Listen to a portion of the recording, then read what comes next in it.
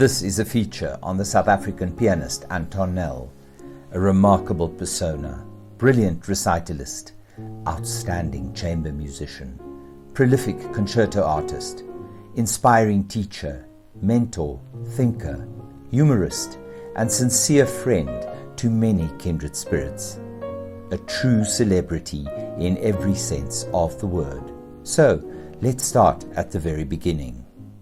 The finest moment, I think, which really defined my becoming a professional musician was my first appearance with orchestra when I was 12. I had grown up in South Africa on a farm. There had been a lot of music in my house, but television hadn't come to South Africa yet, and so there was a lot of, simple things going around at home, inventing our own games, listening to the radio, doing things like that, but always a lot of piano music. And I started playing when I was 10. My mother finally decided that I should take lessons after I picked out the Schumann Happy Farmer, with great success, chords and all, on the piano after she had played it. And so those were when my lessons started. But anyway, I won a competition when I was 12 to play a movement of a Beethoven concerto with orchestra, which is a big deal. At that moment, of course, I did not really understand the significance of it. I was just doing as my teacher told me, but it was a thrill, and that from then on I realized that this was going to be my life, come hell or high water.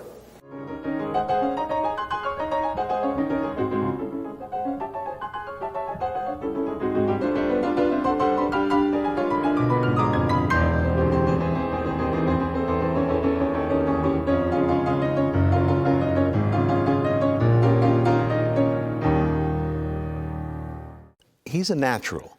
Anton wasn't a prodigy whose parents forced him to the piano.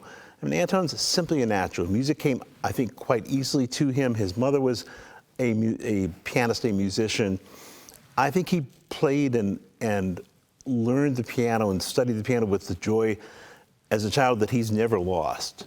But it all came quite easily to him despite how hard he works. And you can hear that in his playing. Again, the greatest players, there's a kind of ease about it. Anton has a musical ease that it just comes so naturally and so easily to him, and we're always inspired by it.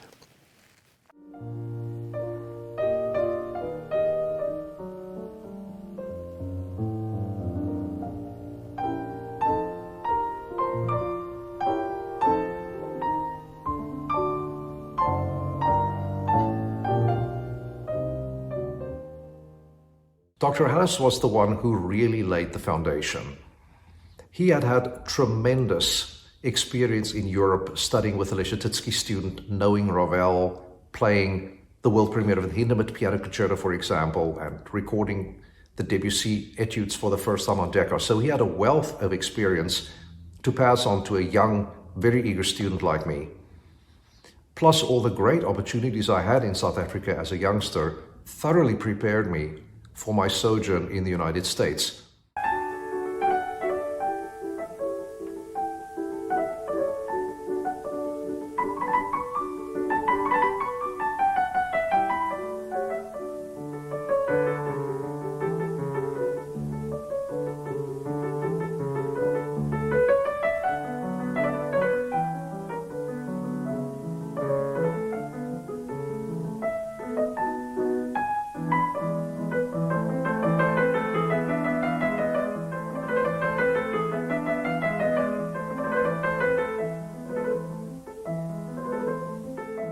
The first time I met Anton Nel was when we were both about 16 years old. This was 1978. And we were both performing in the Johannesburg Symphony Orchestra Concerto Festival concert. He played the Tchaikovsky concerto and I did the Bruch. And I must say my first impressions were always confirmed later on as lasting. He was the most charming, unassuming and very enthusiastic person that I've ever met. What struck me most was that he was so diligent. His preparation for concerts and anything was always so thorough. As an adult, I would say I had three teachers. Of course, I had Dr. Harris in Johannesburg. And then when I came to the United States, I had two teachers at the University of Cincinnati, Belashiki and Frank Weinstock. And all three of them, I would say, made important contributions.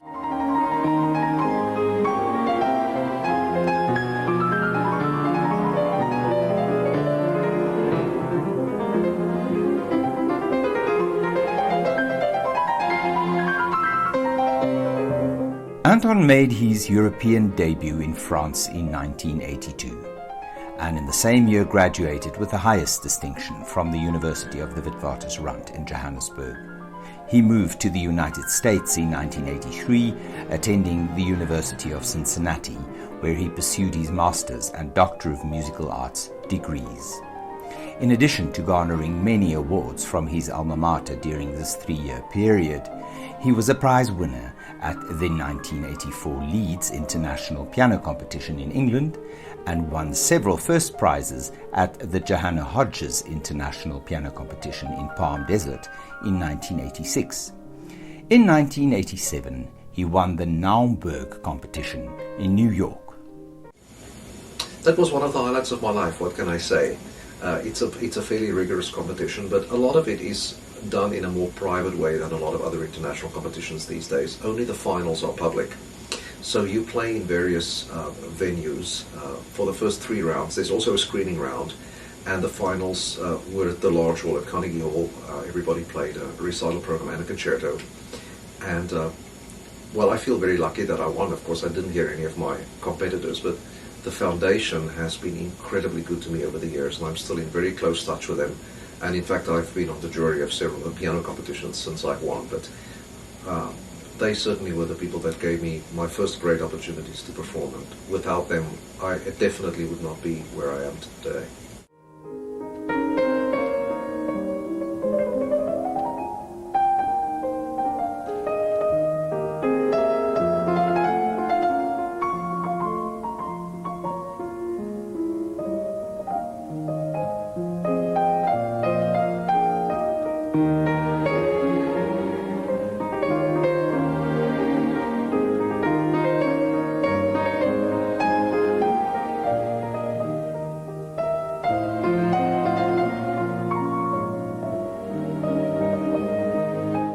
I played in a few competitions, but I was very lucky to always do well, so I never really had to do many of them. And all the ones I did had wonderful rewards in terms of concerts and follow-up engagements. So fortunately, I didn't have to subject myself to it. It's not really my favorite thing, but I understand how important and necessary they are.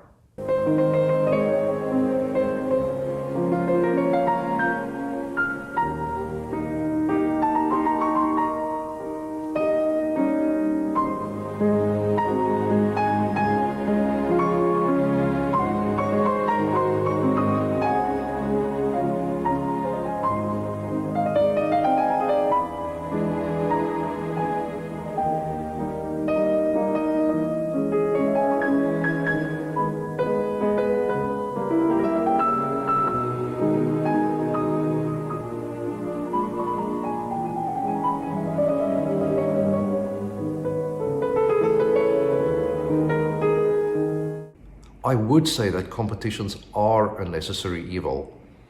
These days especially, since there's so much social media and so much exposure through the internet, it's a good way to just get heard. In my younger days, we did competitions because, again, you could get heard, but even more important, if you won something, there were normally wonderful engagements attached to the prize that would give you more exposure and more visibility. Nowadays, it's virtually the same, I would say, except that there are just so many more competitions, and of course, so many more pianists entering that.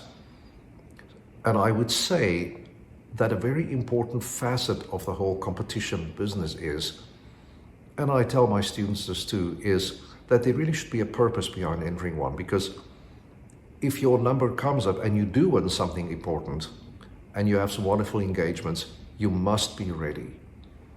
Because winning a prize is only the beginning. Then you have to always play well, be ready to play at a moment's notice, have a versatile repertoire, be there so that people can know you and if you even begin to play less than well, there will be somebody who can take your place.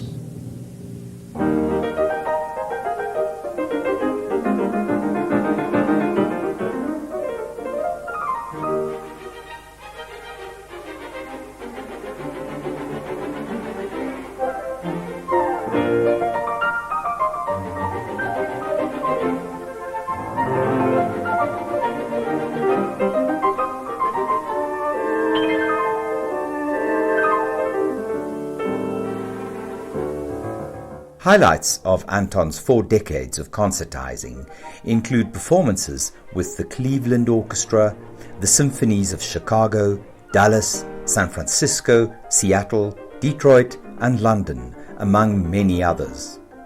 Anton has an active repertoire of more than 100 works for piano and orchestra.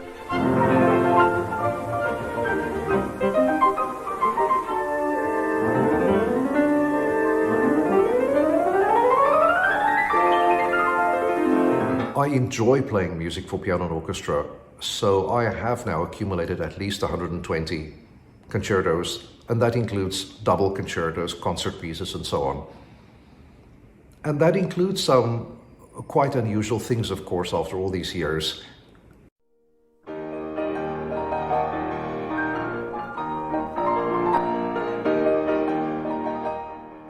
Hello, my name is Anton Nel, and I'm so excited to be part of the Mississippi Symphony Orchestra's 75th anniversary season.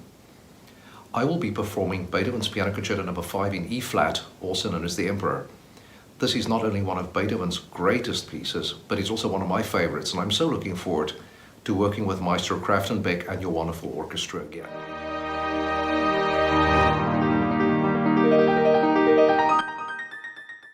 Probably the biggest work I've ever played from any genre is the Busoni Concerto, which is this concerto that's more than an hour long with a male chorus in the last movement. And in the old days, David Titpold gave me the chance to perform this in the Durban City Hall. It was quite an experience. Other unusual ones would be something like the Frank Martin Petit Symphony Concertante, which is this wonderful triple concerto for piano, harp, harpsichord, and 2 string orchestras.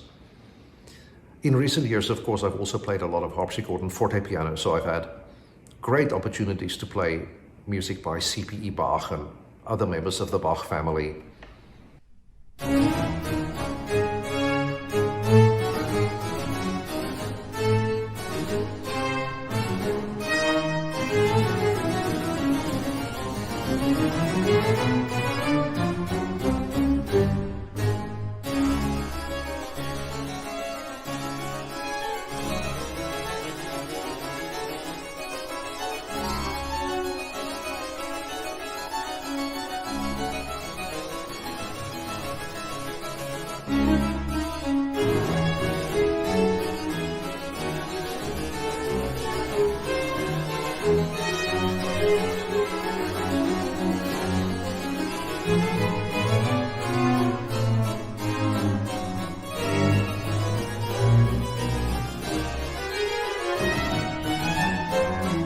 I have known Anton Nel personally for around 20 years now.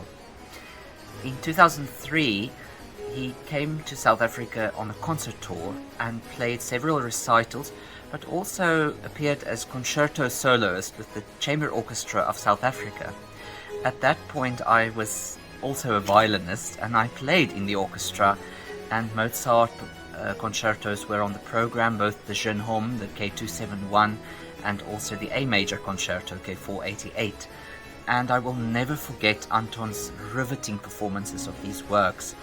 I also experienced the chamber music potentials of these works as well, because he turned the piano to a different angle and sat with his back to the audience, and I could sit as a second violinist very close to the piano.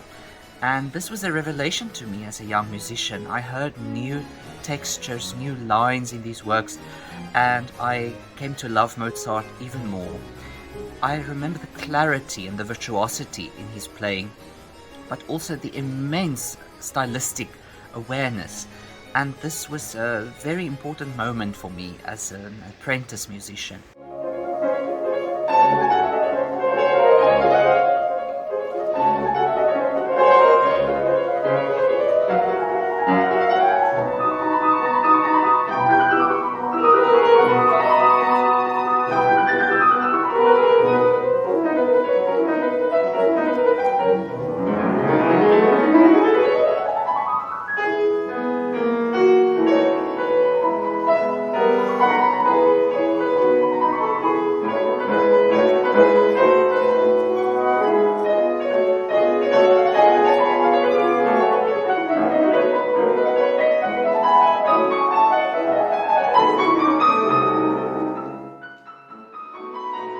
Astounded at his professor's abilities, Willem de Beer, a South African student, asked Anton the following question. Which concerto have you not played? And he went, well, I've played all of the Beethovens, all of the Mozarts, and by that stage I was already like, what? Because the Beethovens are 5, and that's, I wouldn't say usual to know, but I can understand 5 concertos, but the Mozart is 27, and that was just thrown in there, going like, and that was not the end of the list. The list actually, I ended up asking him, let's have the shorter answer, so what is there that you haven't played? And I can't remember, but it was only like 4 or 5.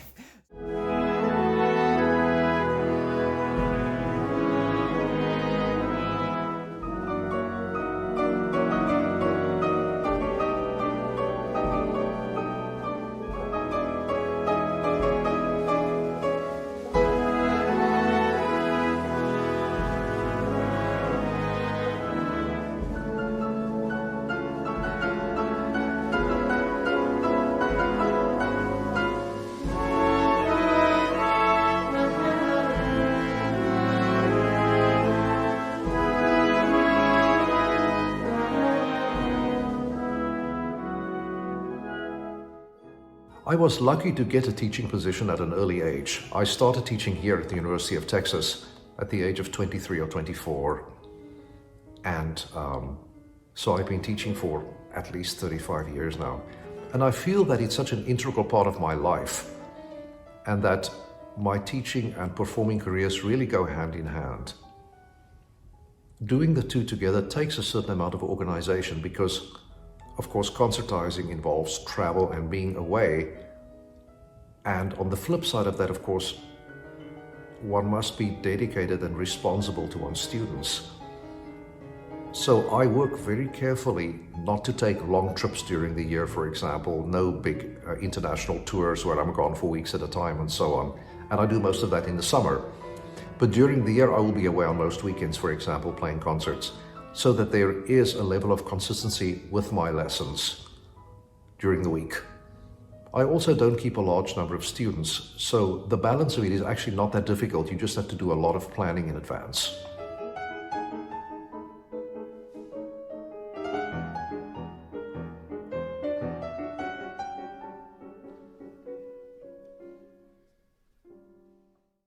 My name is Caitlin Lallman, and I have been a student of Professor Anton Nel's for the last 3 years.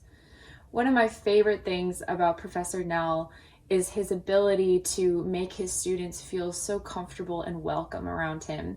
In the last year, we've experienced some true hardships because of the pandemic, and Professor Nel's first reaction was to invite us all into his own home for private lessons, which ended up being such a gift to each and every one of us.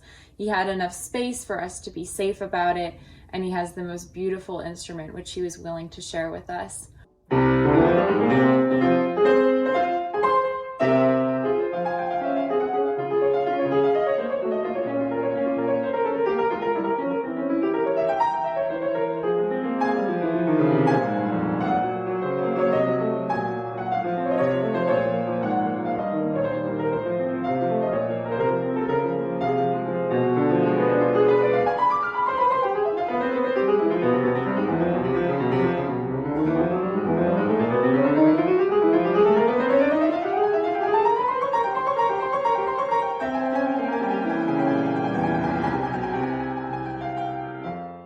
I think another thing that impresses me a lot about Professor Nel and his life is his ability to balance so many things at once.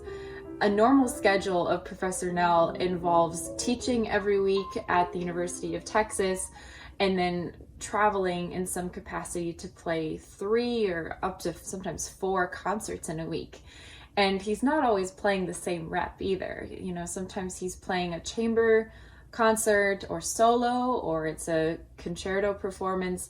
We really can't even keep up with his schedule as his own students. And yet, at the same time, he never lets us feel neglected. We never feel like we've been left behind in a way, or that he's made us feel that we are second to his performing career. So we have always appreciated that very much about Professor Nel. one sometimes encounters students, also when you hear them in competitions, where you realize that they are not able to realize their full potential simply because they are not trained well technically, or the repertoire they're playing is not quite right for them, and so on. And so it holds them up to make proper progress. And so that is something that I take very seriously with my own students, so that when they embark on their own careers, when they finished with university, a lot of them become teachers, both on the college level and also working with young people, that they do a good job from the beginning. As a teacher, Professor Nel provides such a wealth of resource, not just because of his abilities to dig up obscure, though wonderful piano pieces that he recommends for us to play, but also because he can draw on the second theme of Brahms's Fourth Symphony and put that in there when you're playing a Brahms, or some obscure composition that Debussy wrote for harp and strings that sounds pretty similar and has an oral similarity or an oral soundscape that's comparable to the piano piece you're working on. And he goes like, do you know this piece? And obviously we go, no. And then he would be like, you should listen to it. It sounds pretty similar. He uses very interesting orchestral and orchestration techniques, and you might be able to relay that on the piano. And you are, and it changes the way that you play that piece. And that is priceless. That's invaluable.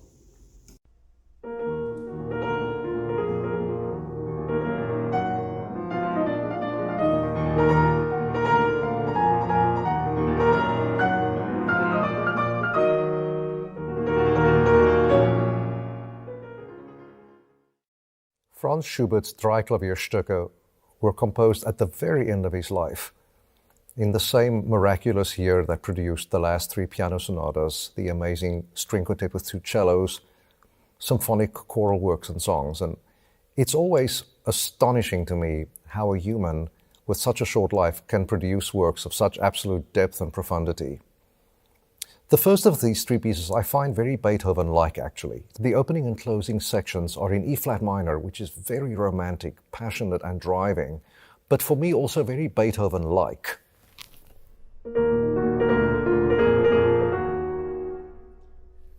The motive in the left hand, for example, for piano aficionados, you would have heard that somewhere before in the Beethoven Opus 7 Sonata. And that is exactly what I think of when I play it. One of the things that I find amazing about Schubert's music is his ability to turn the emotional content of phrases around, often just by changing a single note. And in this particular piece, he changes to the major mode actually, but the only thing that has really changed is one note. So you have the following contrast very clearly in the beginning. Soft but very passionate still, and then he changes it to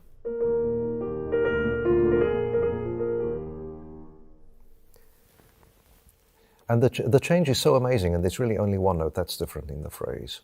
I've had many different kinds of students over the years. The ones that you hear audition that sound absolutely fantastic, and it seems that they have everything. And then it's interesting to see how they develop, since sometimes people with a lot of talent maybe don't work as hard as they should, or rest on their laurels a little bit. And so they might be passed by people who are less talented, but are really interested and hardworking and do their work in a consistent way. So it's an interesting thing. And sometimes you have students who are late bloomers. It's really fascinating to me. There is a certain magical aspect to all of that, of course. I have a little anecdote, if there's time for it. I was on the jury of the Dublin competition in Ireland a few years ago, and there was a lot of really excellent playing going on. And then after a while, this young woman came on stage with a black dress, and she sat down and she played the opening mordent of the Bach C minor toccata. And out of the corner of my eye, I could see that every member of the jury, and myself included, was suddenly fixed on her. She had done something. She had some kind of communication gift that I don't think one could ever teach to anybody, that was so gripping and compelling just from that single gesture that drew us in. And I think that's something you can never teach a student. And we've all seen performers who have that. No matter what you're doing, you want to listen and be involved in what they're doing. Really interesting.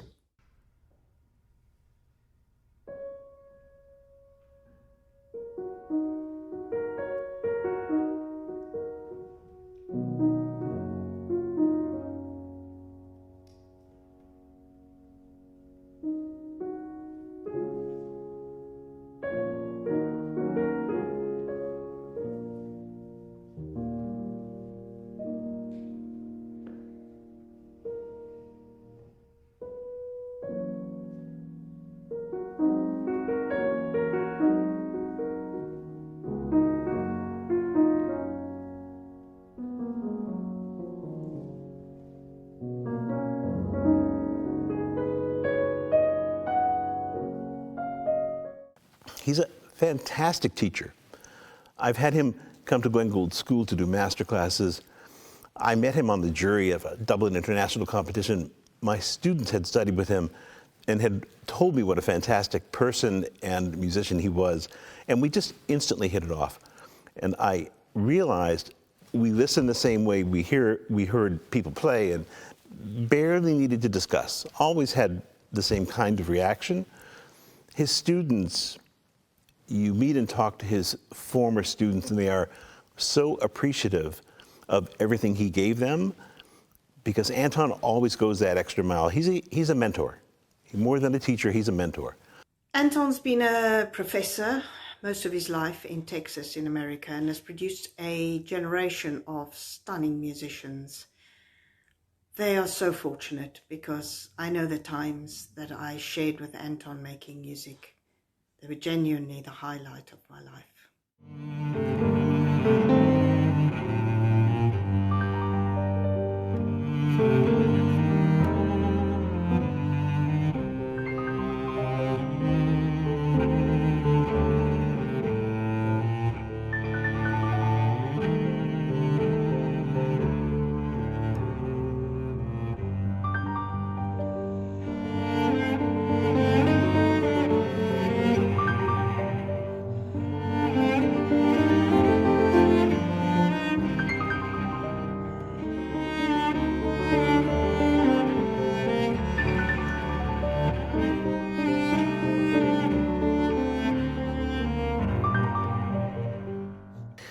He's a fantastic collaborative pianist. He does all kinds of performances, but to hear him play with other people, there are many very fine collaborative pianists in the world, but Anton's a chameleon. He has that ability to get inside of a person's musical DNA and embrace it, become part of it, and express music through that person's DNA. So the result is, when he does collaborative, you're hearing a memorable duo. You're hearing almost one person playing, and that's a rare thing. It's as fine as it gets. And always, I think all of the players that clamor to play with him really appreciate how easily and how beautifully he does that. When I was starting out as an aspiring pianist in South Africa, I think I was really groomed to be a quote-unquote solo pianist. But I discovered early on, through playing with people at university and at orchestra courses and so on, how much I really enjoyed chamber music and collaborating with other people. And to this day, I would say that it is still by far my favorite thing. Yes, it's nice to play recitals, and of course, when you play any kind of concerto, it really is just an extension of chamber music. And I've been so lucky over the years at all the summer festivals that I go to, that wonderful relationships have been forged with fabulous people, as violinists especially, like Sarah Chang, for example, and Joshua Bell, and so on. But every year you get to play with these people, and it's so inspiring to play with gifted instrumentalists and singers, because you often learn so much in rehearsals and in concerts, and they bring so much to the table artistically that they enrich your own life as a musician, and they actually They often make you sound better than you really are. And I just get a whole lot out of it.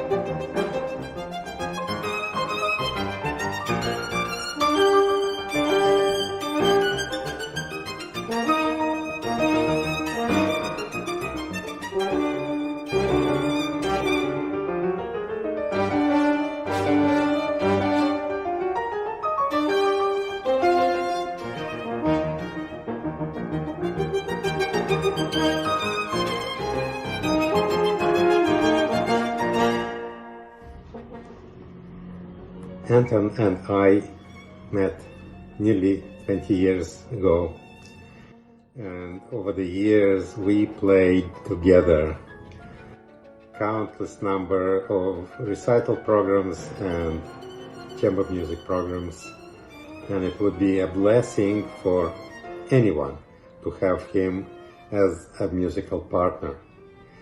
He is a very rare combination of being a soloist of the highest caliber and feeling so natural to be an equal part of the ensemble. He is someone who can play and how, but also can listen. We don't need to talk a lot when rehearsing. This is one more incredible side of his talent, his intuition. It feels like he literally is reading your mind, anticipating any small move of the tempo, phrasing, even a change of a color of the sound. That makes it possible to have that sense of some improvisation during a performance, which makes it so exciting.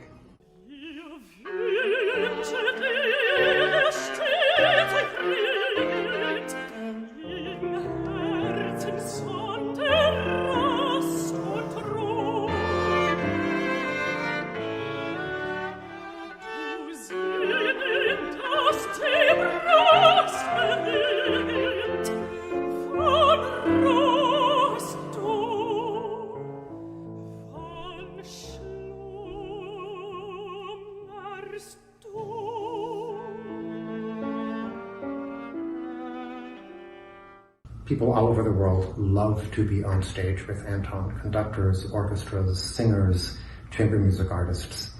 He is just the most wonderful colleague. There was a chamber music festival at UNISA that John Ruiz arranged, where we played the Dvorak and Schumann piano quintets. And every time it was the same enthusiasm and just wonderful energy that he has, and that really you cannot help but to pick it up and to run with it as well.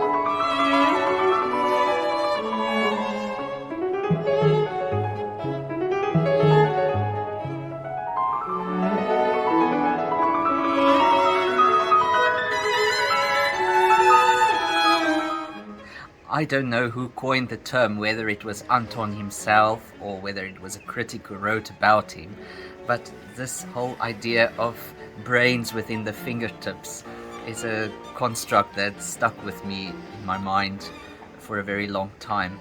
And I really do believe that Anton has brains in his fingertips. It's as if the velocity and the incredible virtuosity in his fingers become a sort of effervescent energy in his playing. but I also feel that the idea of a brain inside the fingertip also delineates or accentuates at least the idea that Anton is a virtuoso, but also an intellectual virtuoso, somebody who can play the most fiendish passages with the greatest understanding, I think, musical understanding. And this is what I appreciate so very much in Anton's piano playing.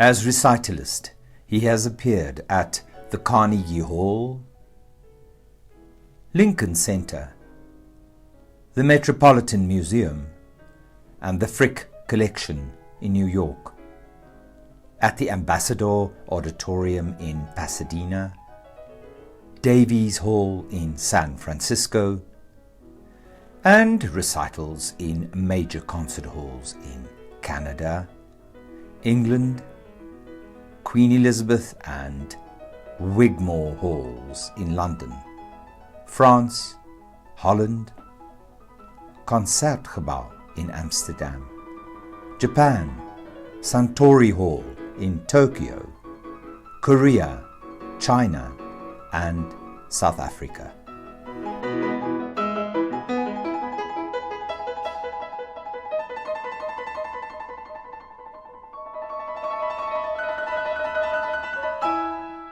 And of course, he knows the piano repertoire inside out. I'm trying to remember if I've found a piece that he doesn't know. But most importantly, when he plays, his knowledge of opera, his knowledge of symphonies, his incredibly acute intelligence all comes through in his playing. And it's very powerful. The greatest players, the ones I remember hearing as a student, I remember hearing Rudolf Serkin. I heard Vladimir Horowitz, and they had this amazing ability. Serkin in particular reminds me because Serkin was a thinker. He was deeply analytical, but when he walked on that stage, he had the freshness and the spontaneity and the sheer joy of a child. And the combination was absolutely unresistible. And Anton does that. I mean, that's how he plays, and it's always something to remember.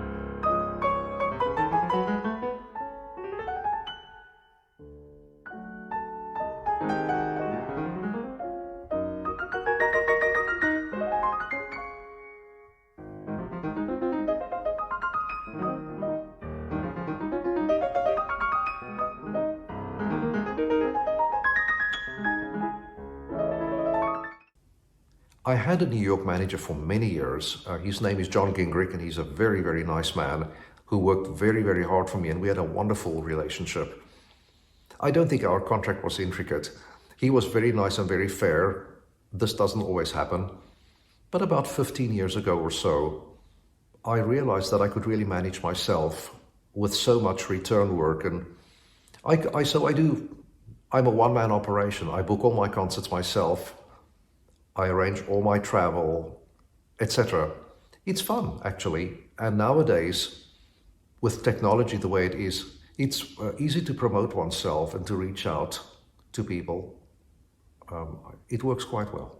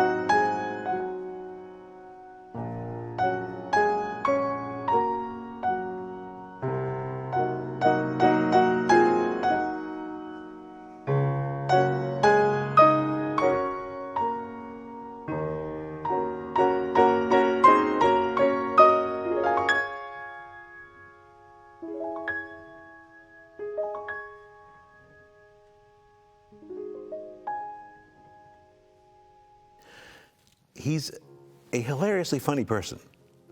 His sense of humor is wicked.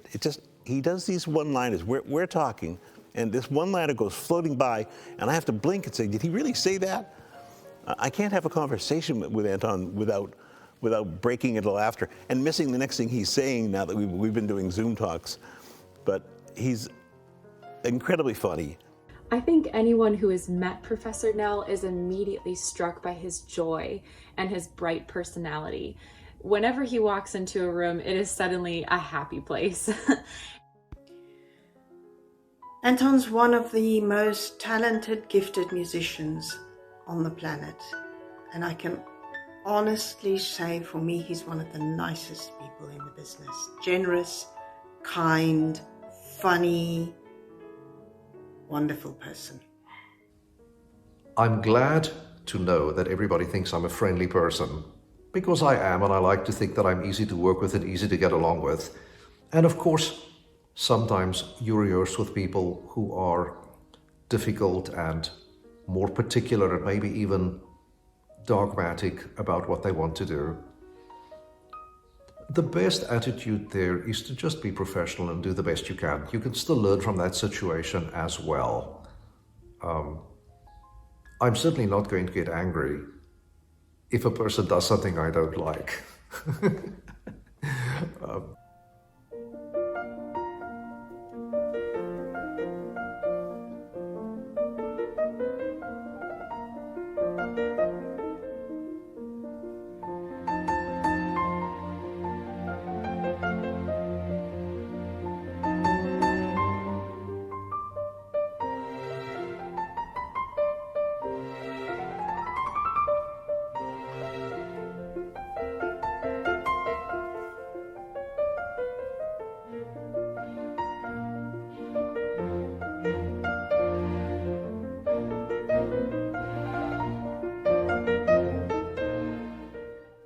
I feel that I've been so lucky in my career and in my life that if I did it all over again, I'm not sure how much different it would really be. I've had interesting opportunities along the way that I didn't take. For example, never having lived in a big city, for example, like New York or London, who knows what that would have done? Would it have been any different than the present life? I don't really know. I believe it's important to put roots down wherever you are and do the best you can wherever you are and go from there. Anton has so many friends of people around the world, and I think that's because he loves people. I mean, and it's genuine. He's non-judgmental, he's open, he's embracing, and people respond to that. So you see, I think many people, like myself, who consider themselves a really good friend of Anton's, but I think he has a longer list than most. And I think that's a testament to who he is as a person. We all love being around him and appreciate his warmth, his enthusiasm, his humor, and everything about him. There's that wonderful saying of Oscar Wilde where he says, "Please be yourself. Everyone else is taken." I try to stick to that as much as possible in everything I do. Never in my wildest dreams did I think that my life would turn out like this. I count my blessings every day because I'm the luckiest person in the whole world.